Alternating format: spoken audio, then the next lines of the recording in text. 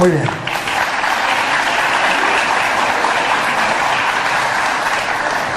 En la Virgen María vamos a escoger ese tema y vamos a estudiarlo, vamos a escudriñar las Escrituras. Pero antes de comenzar quisiera saber si hay algún hermano que no es de la Iglesia Católica. Aquí, hermano, bienvenido. Un aplauso pues para el hermano que no es de la Iglesia Católica, pero que hoy nos honra con su presencia. Nos honra con su presencia. Y eso nos da a nosotros alegría, nos da gozo de que haya otro hermano dentro de nosotros, que no sea de la Iglesia Católica. Siéntase como en su casa, hermano, a pesar de que no está en su iglesia donde usted se congrega, está en la Iglesia Católica, que nosotros creemos y proclamamos que es la Iglesia de Jesucristo, y como es católica es universal. Y como es universal, usted pertenece al universo, usted también es bienvenido a nuestra iglesia. Lo que sí quiero es que no se sienta como si fuera usted un bicho raro, sino como un ser humano, como un hijo de Dios, como un hermano entre nosotros, que lo amamos, que lo respetamos, pero que no estamos de acuerdo en la doctrina que enseña en su iglesia, porque es distinta a la de la Iglesia Católica. Yo soy el padre Luis Toro y acostumbro, cuando hay algún hermano dentro de la enseñanza, preguntarle si quiere hacer preguntas desde allá, si quiere escuchar, si quiere pasar aquí, hay una silla, un micrófono, hablamos, compartimos, debatimos. ¿Quiere venir acá?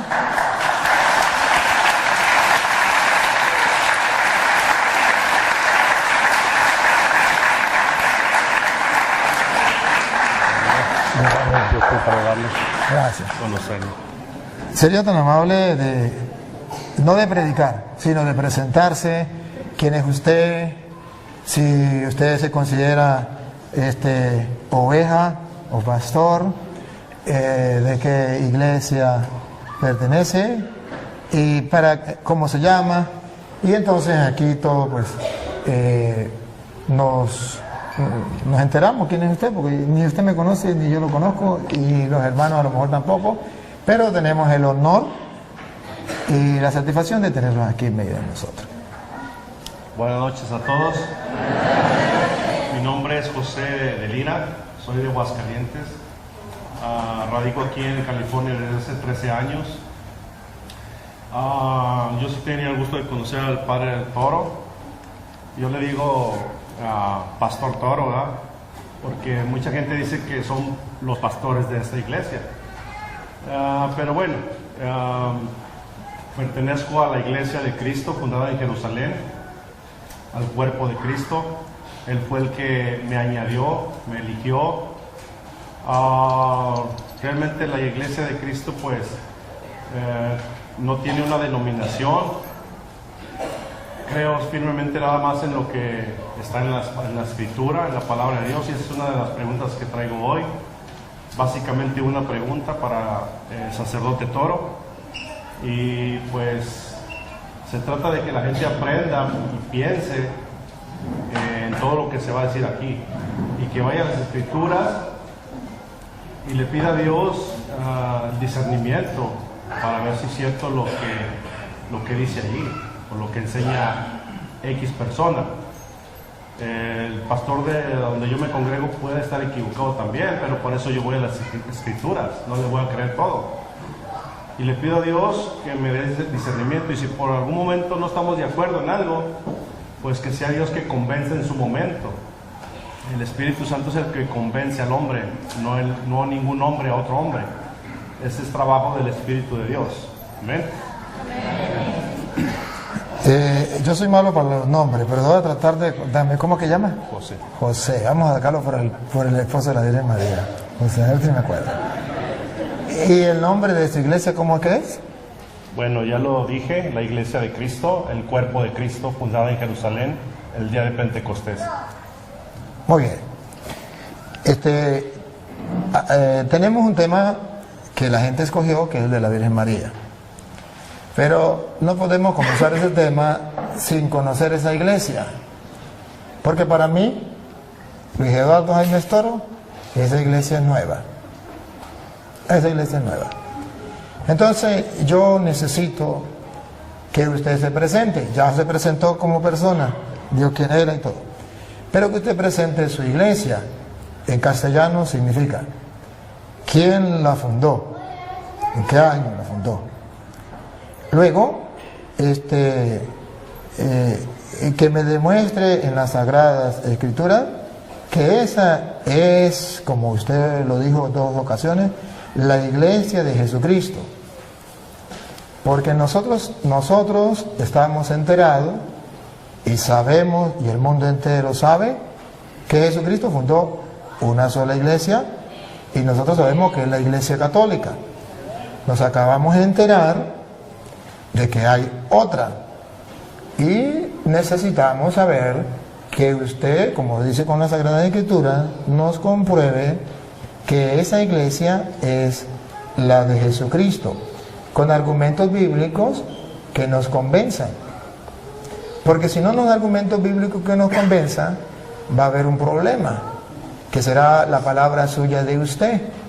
Y la gente que nos sigue por las cámaras, un saludo a todos los hermanos, ahí, ¿saben que lo están filmando, verdad? Sí. Bueno, la gente que nos ve por las cámaras está en el mundo entero, por si acaso, porque los hermanos separados dicen que siempre que yo hablo con un hermano separado es una obra de teatro. ¿Usted me conoce a mí? Un poco por las redes. ¿Nos habíamos visto antes personalmente? Nunca. Ni yo tampoco. De modo que no es una obra de teatro, no nos conocemos, porque es que siempre que yo hablo con un hermano es una obra de teatro. Y aquí, hágame favor, ponga a las cámaras a la gente, para que los hermanos separados no digan que es obra de teatro. Vamos a ver, los hermanos que están presentes, los que van a decirle al mundo si esto es una obra de teatro o no. Los que digan que es una obra de teatro, levanten la mano los que dicen que es una obra de teatro. Allá hay uno que dice que es una obra de teatro. Los que dicen ahora que no es una obra de teatro, que es real, levanten la mano. Bueno, muy bien. Entonces ya tenemos que en las cámaras, por la internet, ya están preparados los hermanos separados a decir, este cura hace pura obra de teatro. Pues que sepan que aunque diga que es obra de teatro, no es obra de teatro, es una realidad. Este hermano ha venido a compartir con humildad y sencillez, con el mandamiento del amor por delante, la palabra del Señor. ¿Por qué? Porque él piensa estar en la verdad y yo pienso estar en la verdad. Y lo cierto es que uno de los dos estamos equivocados. Si es él el que está equivocado, yo como cristiano debo decirle, está en un error. Y Santiago 5:19 dice que si alguien está en un error, hay que sacarlo de la mentira y llevarlo a la verdad para que salve su alma. Entonces tenemos que hacerlo, ¿verdad? Y lo vamos antes de comenzar, para que sepan lo que estoy diciendo, para que no crean que es mentira, Santiago 5:19. Aquí el hermano va a hacer un trabajo, cumplir lo que dice la Biblia. Él me va a sacar a mí del error. Si yo estoy equivocado, él como cristiano me tiene que sacar del error, porque yo estoy engañando a todos los que están aquí y por las redes sociales. Y si yo estoy haciendo eso y es un pecado, él tiene que decirle al mundo que yo estoy equivocado. Pero no porque diga el padre está equivocado, con capítulos y versículos. Así. Y si él está equivocado, pues yo tengo que decirle al mundo, hermano, con el respeto que merece, porque aquí no venimos a pelear, ni él trajo guantes ni yo tampoco, ni él me va a insultar, ni yo tampoco, y si él me insulta yo lo perdono y que se lo arregle con Dios cuando se muera. Pero yo no lo voy a insultar, solamente vamos a compartir en la fe. ¿Qué dice Santiago 5:19? Santiago 5:19. Hermanos míos, si alguno de ustedes se desvía de la verdad. Ahí. Si alguno de ustedes se desvía de la verdad, sea él o sea yo, siga. Y otro lo hace volver. Si él me hace volver a mí o yo lo hago volver a él, siga. Sepan ustedes que no es pelear.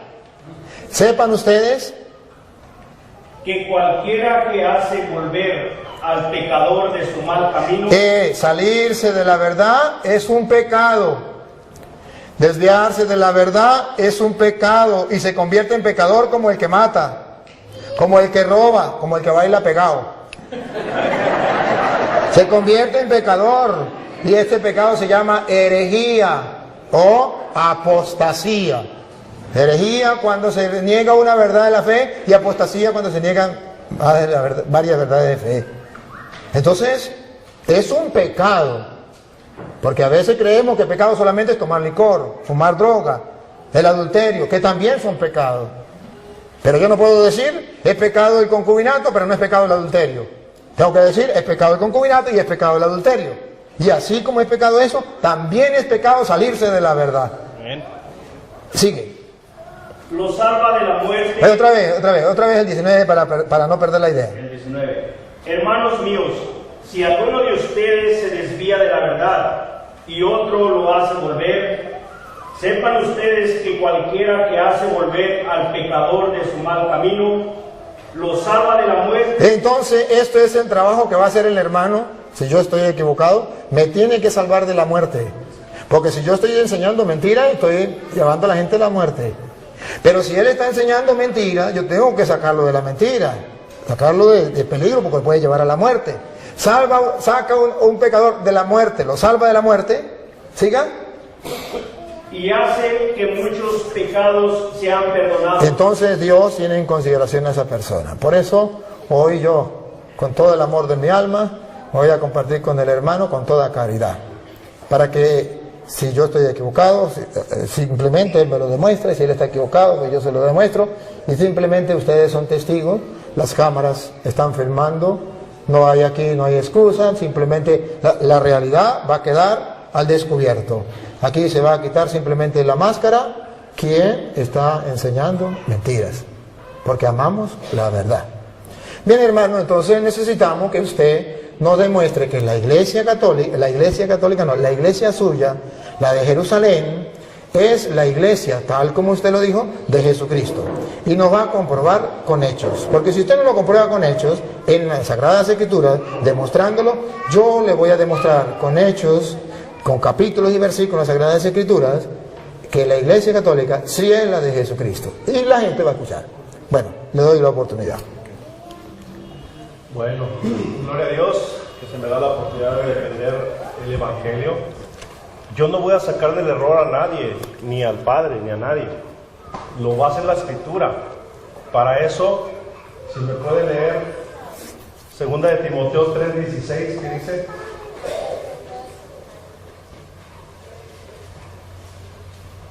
el que traiga Biblia, búsquele, por favor. Una preguntita antes de que la encuentre. A ver si no habría ningún problema que usted, por ejemplo, dé la cita, dé la interpretación y que yo pueda al mismo tiempo decirle esto no es así, por esto, o puedo hacerlo, o dejo que usted hable, o si no, podríamos decir, usted va a decir esto, va a la cita y dice esto. Hay la oportunidad a que yo le diga a usted, pues yo creo que no es así, por esto, y por esto. Y usted agarra el micrófono y dice, pues yo sí creo que es así, por esto. Y tengamos un diálogo así, ameno, ¿le parece? O mejor usted pone y después pongo yo. Mejor lo expongo para que no se pierda la idea. Y luego, así como él habló su tiempo, yo tengo mi tiempo y me hace el favor de leer. Primera de Timoteo. Segunda de Timoteo 3:16. Me puedo estar equivocando, ahorita vamos a comprobar que sí. No, sí, es segunda de Timoteo 3, sí. Toda escritura está inspirada por Dios. Ahí para un poquito. Dice toda escritura. ¿A qué escritura se refiere? Se refiere ¿A los cuentos de Capulina, a telenovelas o a la Biblia? Biblia latinoamericana con 73 libros, ¿de acuerdo? no. Disculpe. No se refiere a la Biblia latinoamericana con 73 libros. Porque cuando Pablo está diciendo eso, está hablando hacia el año más o menos de 50 al 60 por allí. Y todavía no estaba escrito completamente el Nuevo Testamento.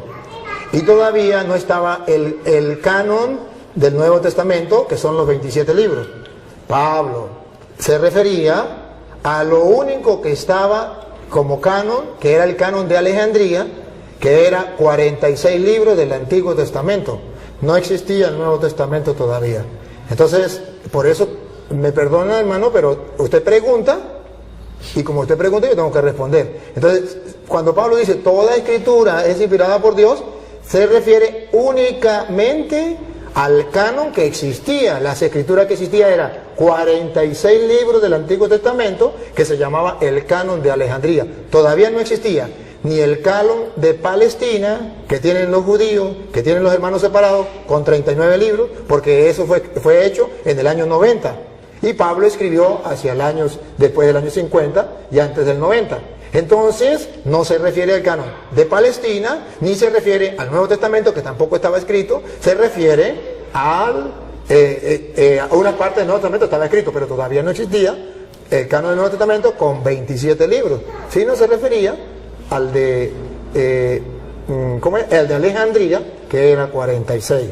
Entonces, solamente esa aclaratoria, hermanito, solamente para aclarar eso, para que sepa la gente que no se refería a los 73 libros, porque todavía no. Es en el año 382 que la iglesia va a decir, la Biblia consta de 73 libros, y hace la Biblia en el año 382. Y estamos hablando, cuando Pablo escribió a 2 de Timoteo, capítulo 3, versículo 16, todavía no era ese año. Pero ahora puedo hacer una pregunta. ¿Ahora sí está completa la Biblia? Sí. Entonces vamos a tomar en cuenta eso. La idea no es discutir ahorita de las Biblias o del canon. La idea es lo que sigue. Que toda escritura inspirada por Dios ahora sí está completa. Vamos a tomar en cuenta esta Biblia, 73 libros. Y es útil para enseñar y reprender. Ahí. Para enseñar a quien no sabe. Dígale. Para corregir y educar en una vida de rectitud. Ahí está, para corregir. ¿A quién va a corregir? A él o a mí, ¿cierto? Si él está en un error, la palabra lo va a corregir, es útil para eso, no yo. Cristo dijo, les conviene que yo me vaya porque les enviaré al otro Consolador, el cual vendrá al mundo y los convencerá, ¿cierto? ¿Cierto o no es cierto? Cierto. No es el hombre que convence a otro hombre, es el Espíritu de Dios. No, esa no la tengo fresca, pero sí lo dijo Cristo, que me mandaría el Espíritu Santo para que convenciera al hombre de pecado, juicio y justicia, y los guiara a los caminos de verdad. O sea, no es el hombre. Esa cita no la tengo a la mente. Ya, disculpe. Hay que darle chance de que él hable, porque si lo interrumpimos, no le vamos a dar el queso a la tostada. Cuando él hable, luego yo los voy a representar a ustedes. Entonces le damos el tiempito a él para que él pueda expresar su idea, ustedes escuchan. Después, si algo hay que corregirle, pues lo hago yo de parte de ustedes, de modo que esto no se vuelva una sopa. ¿Sí me captan? Ok, entonces retomando esto que dice Pablo, que la escritura es útil para corregir, aclaro, no soy yo. Entonces, en Mateo 28, verso 19, Cristo dice, vayan y hagan discípulos a las naciones.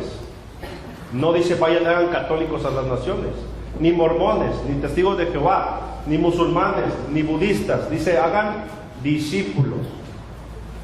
Entonces, los discípulos empiezan a ser seguidores de Cristo. Un discípulo obedece a Cristo, le sirve, le ama, eso es un discípulo. Entonces empezaron a ser discípulos. Cuando llegaron a Antioquía, en Hechos de los Apóstoles, capítulo 11, verso 26, ¿lo puede leer? Hechos de los Apóstoles 11, 26.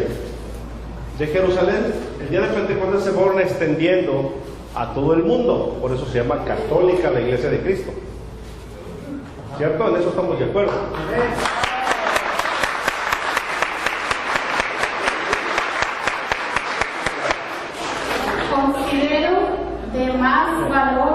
11:26.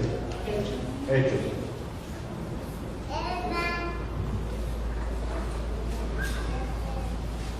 Y cuando lo encontró, lo llevó a Antioquía.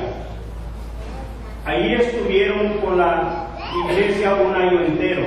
Perdón, ¿con quién estuvieron? Muy bien, dígale. Enseñando a mucha gente. Fue en Antioquía donde por primera vez se les dio a los discípulos el nombre de cristianos. Repita eso, ¿cómo se les nombró? Cristianos. Muy bien. Por lo tanto, si la iglesia, que es los creyentes, fueron llamados cristianos, y los cristianos forman el cuerpo de Cristo, que es la iglesia, lo dice Colosenses.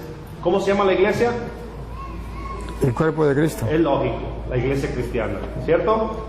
Ahora, tomando en cuenta que esta Biblia, 73 libros, Biblia latinoamericana, está completa, dice el apóstol Juan, exiliado en la isla de Pasmos, ya un anciano, dice: yo por mi parte advierto que el que le añade o le quita algo a este libro profético, Dios echará las plagas descritas de ese libro sobre de él y borrará su nombre del libro de la vida. Por lo tanto, si los discípulos de Jesús se les nombró cristianos en Antioquía, se tienen que llamar así, cristianos. Si usted le añade: yo soy cristiano, católico, apostólico, romano, cristiano testigo de Jehová, cristiano musulmán, cristiano mormón, etcétera, usted le está añadiendo a la escritura. Y eso le va a pasar a usted. Dios va a borrar su nombre del libro de la vida. Así que la iglesia y el discípulo se tiene que llamar cristiano a secas. Y la iglesia está formada por cristianos, se llama Iglesia de Cristo. Gloria a Dios. ¿Listo? Bueno, cuando yo quiero tomar algo, no, la pregunta la hago yo. La pregunta la hago yo. Gracias, pero vamos a hacer la pregunta. Mira, ustedes vieron, y los que nos siguen por internet, que ese fundamento que él da es exactamente el de los evangélicos, es exactamente el de los pentecostales, es exactamente de todos aquellos que se llaman cristianos. Gloria a Dios. No hay ninguna diferencia entre lo que usted acaba de decir y lo que dicen los otros. No hay ninguna diferencia. Lo enseño. Pero la idea era que lo comprobara, porque si usted no está enterado, debe enterarse. Los católicos somos cristianos. Y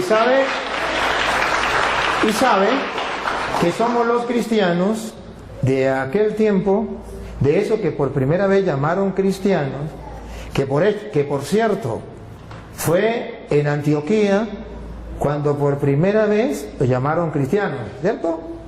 Y fue ahí en Antioquía cuando en el año 107 el obispo de Antioquía, llamado San Ignacio de Antioquía, por primera vez llamó Iglesia Católica a los cristianos. Y está... ¿Lo muestra? No está en la Biblia, está en la carta. Eso no lo voy a demostrar en la Biblia. Tranquilo, que le voy a demostrar lo demás. Eso no se lo voy a demostrar en la Biblia. Es simplemente para que usted sepa que los cristianos, en el año 107, los cristianos, y no era exactamente ustedes, llamaron a la iglesia, llamaron Iglesia Católica. ¿Y cómo sabemos que no eran ellos, que éramos nosotros? Por varios motivos. El primero se lo voy a demostrar no con la Biblia, después con la Biblia. El primer motivo es que si usted comienza a mirar, los cristianos, murió Pablo, ¿era cristiano o no era cristiano?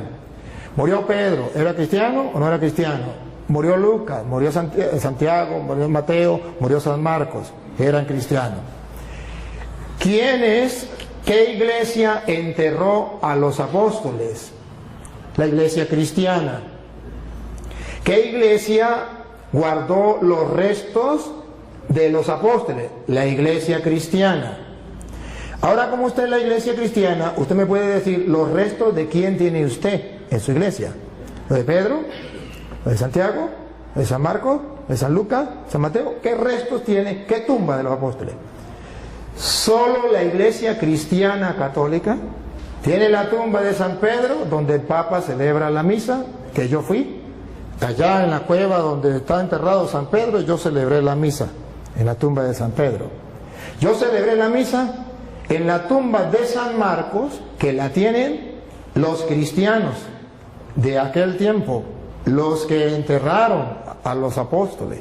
Yo celebré la misa en la tumba de San Pablo, de San Juan, de los apóstoles. La tumba de los apóstoles la tienen los cristianos. ¿Cuáles cristianos? Pues los cristianos que vienen de allá, los cristianos de aquel tiempo. ¿Por qué no la tienen ellos? Esto es lo curioso. Luego, otra curiosidad. Si ellos son los cristianos que vienen desde Cristo, pregunto, ¿por qué ellos no hicieron la Biblia? Porque la Biblia no se hizo sola. La Biblia no la entregó Dios a los apóstoles, mandó fue, vaya prediquen.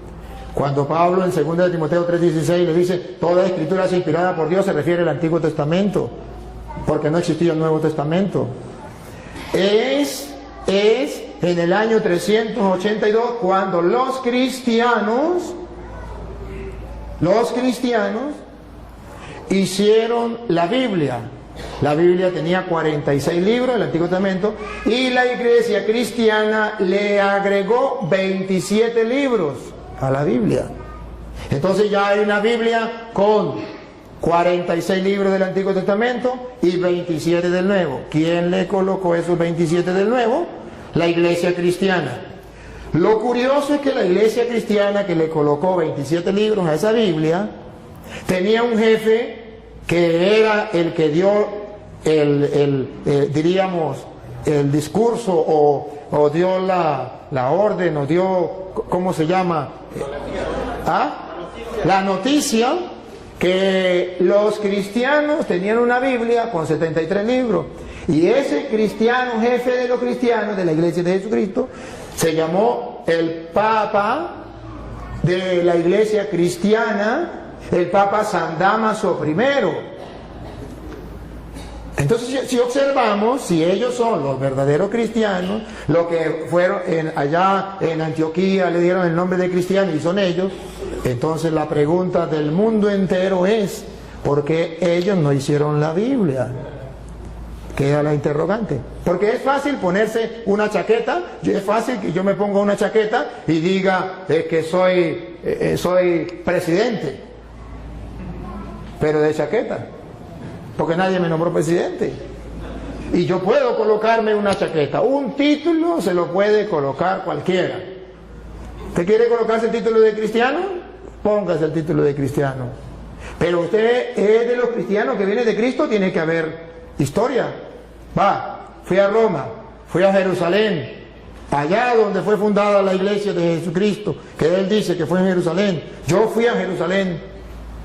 Y para su noticia, para su información, debo decirle que allá no encontré ninguna iglesia, ningún templo de la iglesia suya, pero sí encontré de los cristianos católicos, que tienen templos allá en Jerusalén y que cuidan los lugares sagrados.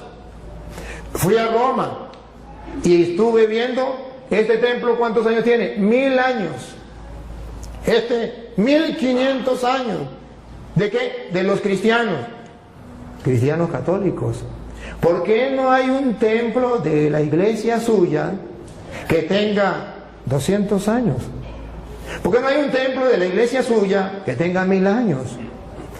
Usemos esto. Usted se imagina a una señora que diga, por ejemplo, su esposo, usted conoce a la vecina, su esposo se le murió hace 20 años. Y resulta que ahora la señora está embarazada. Y usted le dice, señora, ¿y eso?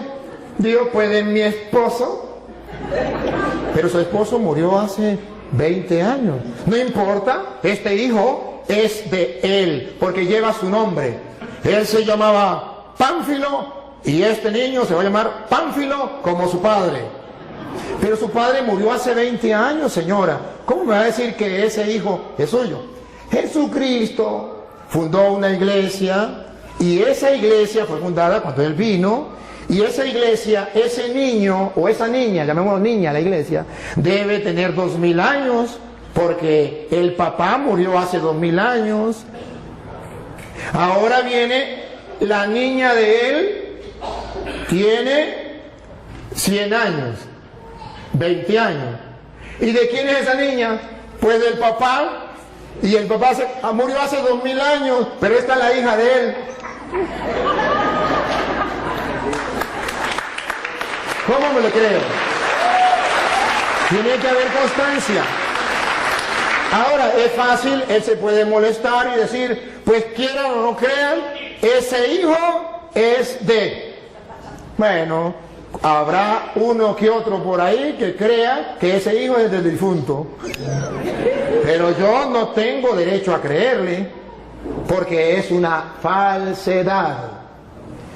Cuando él me dice de Apocalipsis capítulo 22, versículo 18, que lo vamos a leer, que ahí está hablando es del que le ponga el nombre de cristiano católico, entonces será borrado del libro de la vida.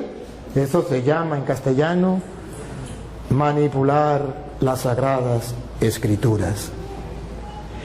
Lo van a escuchar, no lo voy a leer yo. Apocalipsis 22, 18. Sí.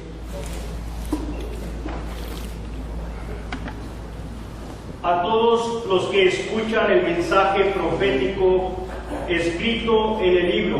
En el libro. Siga. Les advierto esto: si alguno añade algo a estas cosas, Dios le añadirá a él las calamidades que en este libro se han descrito. Y si alguno quita algo del mensaje profético escrito en este libro, Dios le... Acaban de escuchar, mensaje profético. ¿Qué es lo que no se puede quitar? El mensaje. ¿Qué es lo que no se puede agregar? El mensaje. No es que no se le puede decir cristiano católico. No, es el que cambie el mensaje. Y no está hablando de la iglesia, está hablando del mensaje profético de este libro. Pero no está hablando del que le coloque a cristiano algo más. Esa es una manipulación de las Sagradas Escrituras no correcta. Ahora bien, si él me dice a mí, ¿cómo compruebo yo que la iglesia católica es la de Jesucristo? Con las Sagradas Escrituras. Con las Sagradas Escrituras, yo le puedo demostrar que la iglesia de Jesucristo es católica, porque la cita que él utilizó de Mateo 28, 19, se la vamos a utilizar también. En Mateo 28, 19, cuando Jesús mandó a sus discípulos, ustedes verán que les predicó, y vamos a ver qué fue lo que él les dijo, lo mandó, le dio una orden. ¿Qué fue lo que él les dijo? Escuchemos. Vayan pues a las gentes de todas las naciones. Esto es lo que significa católico. Católico significa universal. Cuando nosotros decimos que somos cristianos católicos, ¿qué estamos diciendo? Que somos discípulos de Jesucristo enviados a todas las naciones. No se está cambiando la doctrina. Solamente se está utilizando una palabra que engloba lo que es universal o todas las naciones. Cuando Jesucristo manda a los apóstoles, la misión es universal. ¿Por qué se le llama católico, cristiano católico? Para demostrar que el cristiano tiene una misión, no con su sola familia, no con su solo pueblo, sino con todo el mundo. Entonces va agregado cristiano con misión universal, con una misión de salvar, ayudar a salvar a todos los pueblos. Ahora, debe saber también este hermano que aunque se llamen cristianos, aunque sean discípulos de Jesucristo, Muchos de esos discípulos de Jesucristo, a pesar de que se llamen discípulos de Jesucristo y a pesar que se les llamaran cristianos, no estaban de acuerdo con la enseñanza de Jesucristo y abandonaron a Jesucristo. Le voy a mostrar a él que hay discípulos, que hay cristianos, que siendo discípulos, que siendo cristianos, se apartaron de Jesucristo y lo abandonaron. Está en San Juan, capítulo 6, versículo 60. Entonces no basta con decir yo soy discípulo de Jesucristo, porque la pregunta es, ¿soy discípulo de Jesucristo de los que se salieron y lo abandonaron? ¿O discípulo de Jesucristo de los que han permanecido? Que esto es lo importante. San Juan 6, 60 en adelante. Al oír estas enseñanzas, las enseñanzas de Jesucristo, la doctrina de nuestro Señor Jesucristo, muchos de los que seguían a Jesús, cristianos, discípulos, dijeron: esto que dice es muy difícil de aceptar. Esto que dice es muy difícil de aceptar. Siga. ¿Quién puede hacerle caso? ¿Quién podrá hacerle caso? Si observa un grupo de discípulos, de seguidores de Cristo, de cristianos, que no están dispuestos a aceptar el discurso, y adivinen qué discurso acababa de decir Jesús. El de la Eucaristía, que Él estaba en el pan, que eso era su cuerpo, que eso era su sangre. Tarea para la casa, lo pueden leer, el capítulo 6 de San Juan, todo el 6. Y observen el versículo 66 del capítulo 6. Hay cristianos que no están en la iglesia de Jesucristo, que se salieron de la iglesia de Cristo. Oigan, Juan 6, 66. Desde entonces, muchos de los que habían seguido a Jesús lo dejaron y ya no andaban con él. Yo no quiero ser de ese grupo de cristianos. Yo no quiero ser de ese grupo de discípulos. Sí son cristianos, sí son discípulos, pero dejaron de seguirlo. ¿Y en qué se convirtieron? San Juan lo viene a predicar. ¿En qué se convirtieron? A ver, primera de Juan, capítulo 2, versículo 18. ¿En qué se convierte un cristiano cuando se sale de la iglesia de Jesucristo? Siendo cristiano, ¿en qué se convierte? ¿Qué pasa a ser? Esto es lo importante para nosotros. No es que yo me salgo de la iglesia de Jesucristo y fundo otra iglesia. Para nadie es un secreto que hace 100 años esa iglesia, que él dice, no existía ni en la mente del que la fundó. Sí, ni en la mente del que la fundó. Escuche lo que dice primera de Juan, capítulo 2, versículo 18. 18. Hijitos, esta es la hora última. El fin del mundo. Sigan. Ustedes han oído que viene el anticristo. Para los hermanos separados, ¿quién es? El Papa. Para la Biblia, ¿quién es? Vamos a ver. Pues bien, ahora han aparecido muchos anticristos. Entonces esa teoría de que es un solo anticristo y que es el Papa, al suelo. Según la Biblia, son muchos los anticristos. Paren la oreja a ver quiénes son. Por eso sabemos que es la hora última. Ellos salieron de entre nosotros. Ahí está el detalle. Repítalo. Ellos salieron de entre nosotros. Con sinceridad, los hermanos que me siguen a través de las cámaras. ¿De dónde salieron los hermanos separados? ¿De dónde salió este hermano y su iglesia? El papá de él, la mamá de él, la familia de él, los antepasados de él. ¿De dónde salieron? De la iglesia católica. Ellos salieron de entre nosotros. Siga. Porque si lo hubieran sido... No, ¿ellos salieron de entre nosotros? Sí. Ajá.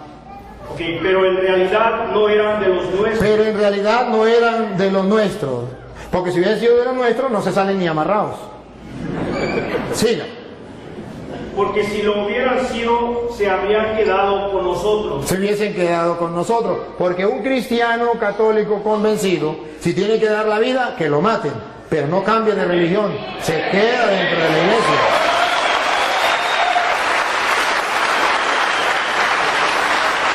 Y ahora escuche lo que viene.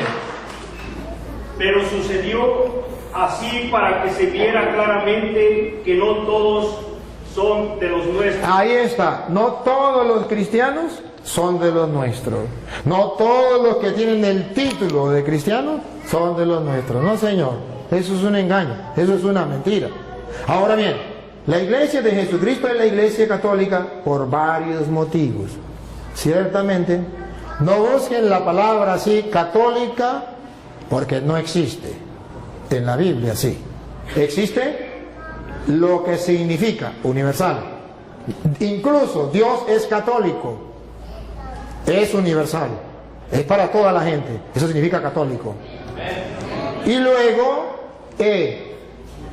ustedes van a ver que esa iglesia, Jesucristo funda una iglesia, y esa iglesia de Jesucristo, que se llama la católica, que es sobre la que vino el Espíritu Santo, que el hermano dice la iglesia de Pentecostés, con la misma idea que él me da, que es la iglesia de Pentecostés fundada en Jerusalén, le voy a mostrar que esa iglesia fundada en Jerusalén, el día de Pentecostés, no es la iglesia de él. Con cita bíblica se lo voy a comprobar, y le voy a mostrar datos para que ustedes tomen foto, y ustedes vean que es la iglesia católica. A ver,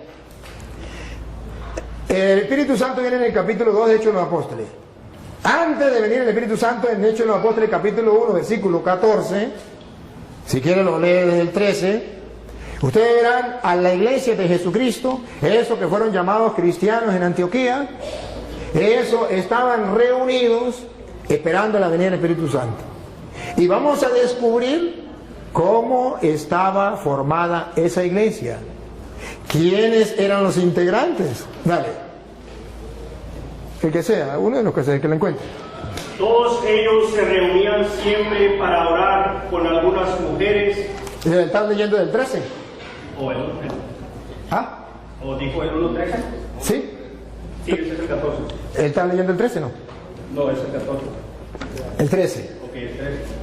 Cuando llegaron a la ciudad, subieron al piso alto de la casa donde estaban alojados. Eran Pedro. Miren, observen que en la iglesia de Jesucristo estaba primero Pedro. Ahí está el primer dato.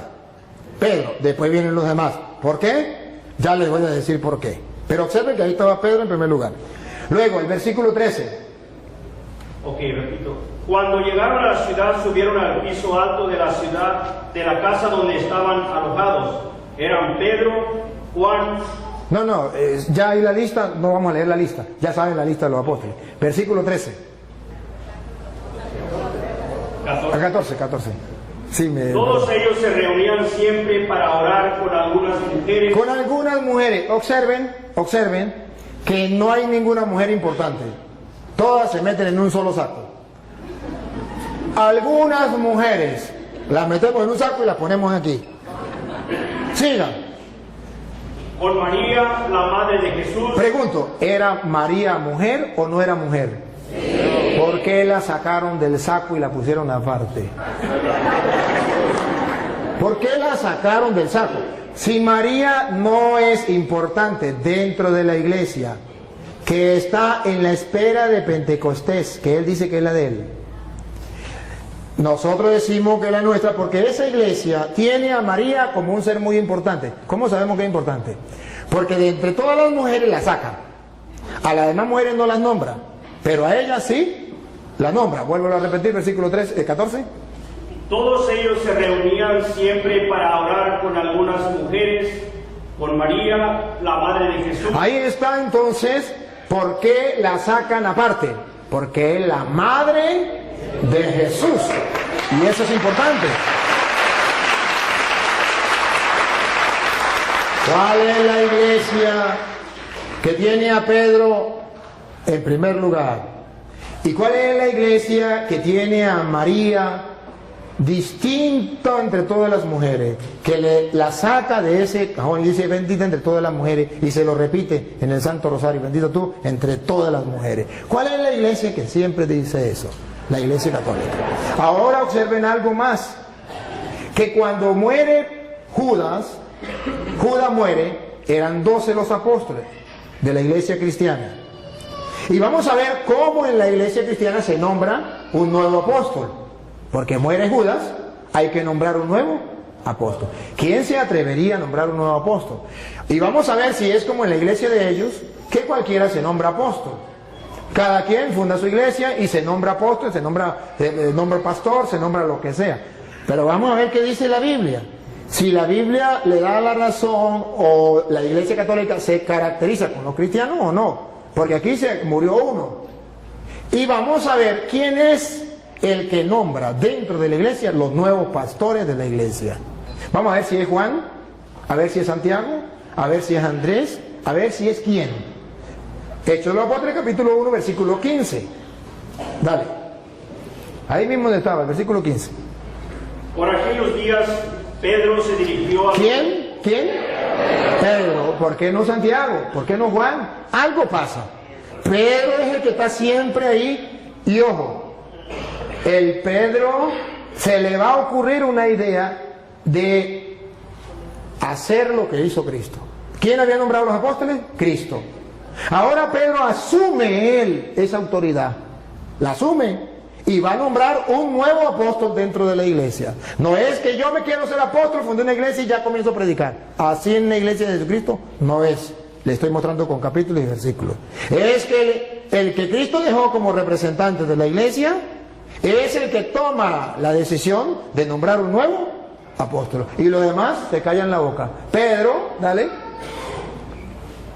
Pedro se dirigió a los hermanos reunidos, que eran como 120 personas, y les dijo: hermanos, tenía que cumplirse lo que el Espíritu Santo, por medio de David, ya había dicho en la Escritura acerca de Judas, el que sirvió de guía a los que arrestaron a Jesús. Pues Judas era uno de los nuestros. Era uno de los nuestros. Siga. Y tenía parte en nuestro trabajo. Era apóstol, tenía parte de su trabajo. Siga. Pero fue y compró un terreno. Bueno, y ahí sigue, pasa, está en el versículo, pasa el versículo 17, ¿qué dice el 17? Pues Judas era uno de los nuestros. El 21, pasa el 21. ¿El 21? ¿Sí? Tenemos aquí hombres que nos han acompañado todo el tiempo. Ajá. Que el Señor Jesús estuvo entre nosotros. Siga. Desde que fue bautizado por Juan hasta que subió al cielo. Es necesario pues que uno de ellos sea agregado a nosotros. Es Pedro quien da la orden. Es Pedro quien manda. Es necesario que agreguemos a otro para que venga a sustituir a Judas. A ver si alguien dijo, no, yo no estoy de acuerdo. O a ver si todos dijeron, mande. Todos, diga, a ver. Para que junto con nosotros dé testimonio de que Jesús resucitó. Entonces propusieron a dos. Propusieron, no dice, dos dijeron, yo ya soy apóstol, yo ya soy pastor. No, propusieron. Los apóstoles, vamos a elegir. Eligen. Eso lo hace la Iglesia Católica. En la Iglesia Católica ninguno se hace cura porque yo quiero ser cura. No, aunque haya terminado la filología o la teología, si el obispo no lo llama y le dice te voy a ordenar, ahí durará y pasará sin ordenarse. Porque la iglesia lo tiene que llamar, la autoridad de la iglesia lo tiene que llamar. Para ser pastor, agarro la Biblia y me nombro pastor y ya, listo. Siga. A José, llamado Barsabás. Bueno, y ahí está, eligieron a uno. Y ahora ustedes verán que ya lo agregan a los apóstoles. Viene el Espíritu Santo en el capítulo 2. Pero en el capítulo 2, versículo 13, después que viene el Espíritu Santo, van a leer el 13, verá que Pedro se va a lanzar un discurso. Ustedes van a escuchar cuando la gente ven que el Espíritu Santo viene, Y la gente dice, están borrachos. Escúchelo. 2:13. Pero algunos, burlándose, decían: es que están borrachos. Están borrachos. Siga. Entonces Pedro, ¡Epa! ¿Otra vez Pedro? ¿Por qué no Santiago? ¿Por qué no Juan? ¿Por qué no Andrés? Pedro, observe que en la iglesia de Jesucristo hay una persona que figura, hay una persona que tiene autoridad, hay una persona que manda y los demás obedecen. Entonces Pedro, dale, se puso de pie junto con los otros 11 apóstoles. ¿cómo que 11? ¿Ya no había muerto Judas? ¿Se equivocó? Era Pedro se puso de pie junto con los otros 10. ¿Por qué dice que 11? Porque ya Pedro había agregado en la iglesia un nuevo apóstol. ¿Y quién no está de acuerdo? Todo el mundo guardó silencio. Si Pedro no fuera el encargado de la iglesia que Cristo dejó, ¿se iban a dejar los otros apóstoles? Si Pedro no fuera el jefe de la iglesia que Cristo dejó, ¿por qué es Pedro quien toma la palabra, se pone de pie junto con los otros? En castellano significa Pedro los está representando. Pedro es el jefe y viene y dice, da el discurso que se lanzó Pedro. ¿Por qué? Entonces vemos que dentro de la iglesia de Jesucristo hay un hombre importante dentro de la iglesia. Tan importante que San Lucas capítulo 22 versículo 31 le viene a decir Jesucristo a Pedro delante de los apóstoles la misión que él tiene, y por eso los apóstoles mueren callados. No pueden decir nada, porque ya Jesucristo les había dicho en Lucas 22:31 que Pedro era el jefe de la iglesia, el jefe de los apóstoles. Lucas 22:31. ¿Qué has comenzado a realizar? No, Lucas 22:31. Dijo también el Señor: Dijo también el Señor: Simón, Simón, mira que Satanás los ha pedido a ustedes. ven el plural, ustedes, los apóstoles, los ha pedido a ustedes. Siga. Para sacudirlos como si fueran trigo. A los apóstoles de Jesucristo, dentro de la iglesia de Jesucristo, para sacudirlos como el trigo. Siga. Pero yo he rogado por ti. Aquí tomen la foto. En la iglesia de Jesucristo hay un hombre importante para Jesucristo, más que los demás. Esto es lo que llamamos primacía de Pedro. Yo he rogado por ti. Satanás pidió permiso para todos ustedes zarandearlos como el trigo, pero yo he rogado por ti, y se lo dijo delante de los otros apóstoles. ¿Cómo se sentirían los otros apóstoles? Ahora comprenden por qué los otros apóstoles murieron callados cuando dijo vamos a elegir a otro en lugar de Judas. Ahora, ¿por qué es Pedro el que se dirige la palabra delante de todos? ¿Por qué es Pedro el que gobierna la iglesia? Porque Jesucristo, yo he rogado por ti, aunque los hermanos separados no estén de acuerdo. Pero vemos en las Sagradas Escrituras que en la iglesia de Jesucristo sí hay un jefe que Jesucristo eligió. ¿Para qué? ¿Con qué misión? Pongan cuidado, dale. Para que no te falte la fe. Para que no le falte la fe. Siga. Y tú, Eso que no le falte la fe es lo que en la Biblia, en la Iglesia Católica llamamos la infalibilidad del Papa. Que los hermanos, para confundir al católico, dicen, pero el Papa peca. Es que infalibilidad es una cosa, impecabilidad es otra. Que no confundan una cosa con la otra. Cristo mostró que era infalible. Yo he rogado por ti para que tu fe no venga abajo. Pero no dijo que era impecable. ¿Cómo sabemos que no era impecable? Por las palabras que vienen. Es infalible, pero no impecable. Pongan cuidado porque no impecable. Dale. y tú, cuando te hayas vuelto a mí, ¿ves que es pecable? Peca. No impecable, pero sí infalible. Cuando hayas pecado y hayas vuelto a mí, tarea de Pedro en la iglesia. Dale. ayuda a tus hermanos a permanecer firmes. Esa es la tarea de Pedro en la iglesia. Eso existe en la iglesia cristiana de Jesucristo, que es la iglesia católica. ¿Por qué no lo tienen ellos? Porque ellos son cristianos de chaqueta, de título, pero no que vengan de Cristo. La verdad verdadera es que la que viene de Jesucristo es la Iglesia Católica. Y si quieren ver un poquito más, ustedes verán que en Hechos de los Apóstoles capítulo 2, después que viene el Espíritu Santo, y después que Pedro lanza ese discurso, versículo 42, dice la Biblia cómo era la primera comunidad cristiana, la iglesia, y vamos a ver si se parece a la iglesia de ellos o a la iglesia de nosotros. Segunda, Hechos 2, 42. Y eran fieles en conservar la enseñanza de los apóstoles. Eran fieles en conservar la enseñanza de los apóstoles. No cambiaban la enseñanza de los apóstoles. Eran fieles en conservar la enseñanza de los apóstoles. No le importaba lo que enseñara el pastor fulano o el pastor sutano. Era lo que dijeron los apóstoles y punto. Eso es lo que llama la iglesia sucesión apostólica. Siga. En compartir lo que tenían, en reunirse para partir el pan. La fracción del pan ya existe en la iglesia de Jesucristo. La fracción del pan. Se reunían para la fracción del pan. Entonces ustedes verán que dentro de la iglesia de Jesucristo, Pedro es una cabeza, es un jefe. Y si quieren verlo con más detenimiento, está en Juan capítulo 21, versículo 15. Juan 21, 15. Cuando Jesús llama a Pedro jefe de la iglesia, papa de la iglesia, pastor de la iglesia, cabeza, si quiere, visible. La invisible es Cristo, de la iglesia.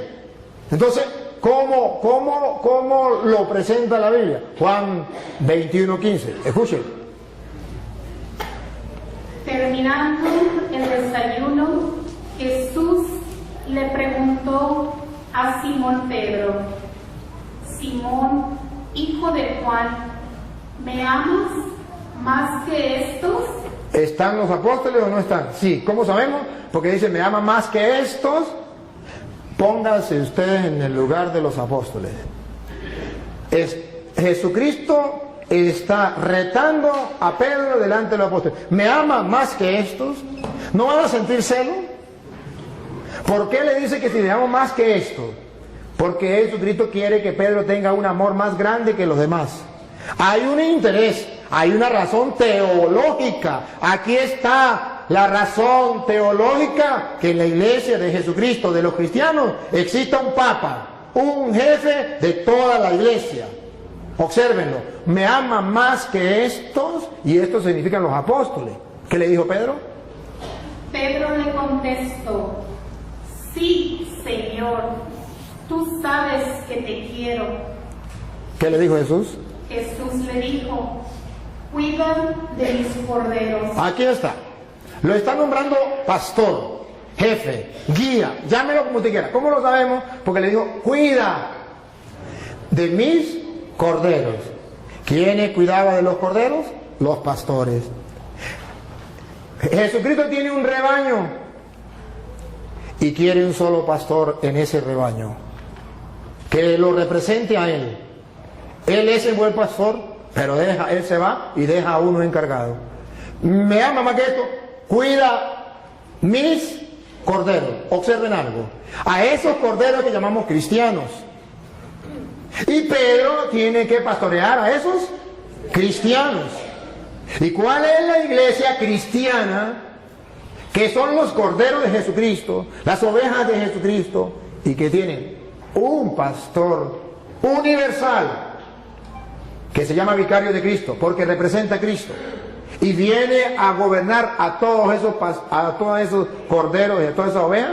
La única iglesia es la católica, porque ninguna iglesia evangélica, ninguna iglesia cristiana tiene un único jefe, un único pastor. Cada uno, depende del lugar, tiene su propio pastor, pero no hay en el mundo uno que represente y guíe a todos los cristianos evangélicos. No, cada quien por su lado. ¿Eso está en la Biblia? No, en la Biblia está, ojo, que los corderos de Cristo, ¿cómo los vamos a conocer? Porque tiene un pastor universal. ¿Cómo se llama universal? Porque primero le dio la orden sobre los corderos. Apacienta, cuida mis corderos. Segunda, por segunda vez. Volvió a preguntarle: Simón, hijo de Juan, ¿me amas? Pedro le contestó: Sí, Señor, tú sabes que te quiero. Jesús le dijo: Cuida de mis ovejas. Aquí está. Cuando Jesucristo en la Biblia, cuando aparece una cosa una vez, es porque es importante. Cuando aparece dos, es porque es muy importante. Y cuando aparece tres, es porque es muchísimo de importante. ¿Cuál es el interés que tiene Jesucristo de repetirle a Pedro por 3 veces si lo ama y decirle por 3 veces, pastorea mis ovejas? Para que ningún cristiano, mucho menos los apóstoles que estaban ahí, se reviraran, se pusieran en contra de Pedro. Para que todos bajaran la cabeza y dijeran a Pedro: sí, Señor, mande. Porque Jesucristo los nombró delante de ellos para picarlos. No, para que lo sepan, que Pedro quedó encargado de la iglesia. ¿Y qué? ¿Y qué? El día en que usted sea Dios y quiera hacerlo de otra manera, lo hace por su cuenta como usted quiera. Pero ojo, lo que a mí me importa de esto teológicamente es que Jesús dice: apacienta mis ovejas, que en castellano significa las ovejas mías de yo. No la va a apacentar Carlos Parán, no la va a apacentar, ¿cómo llama el pastor suyo? Daniel, no la va a apacentar José Smith, no la va a apacentar, no. Las ovejas mías de yo, se va a reconocer ese rebaño porque la va a apacentar Pedro.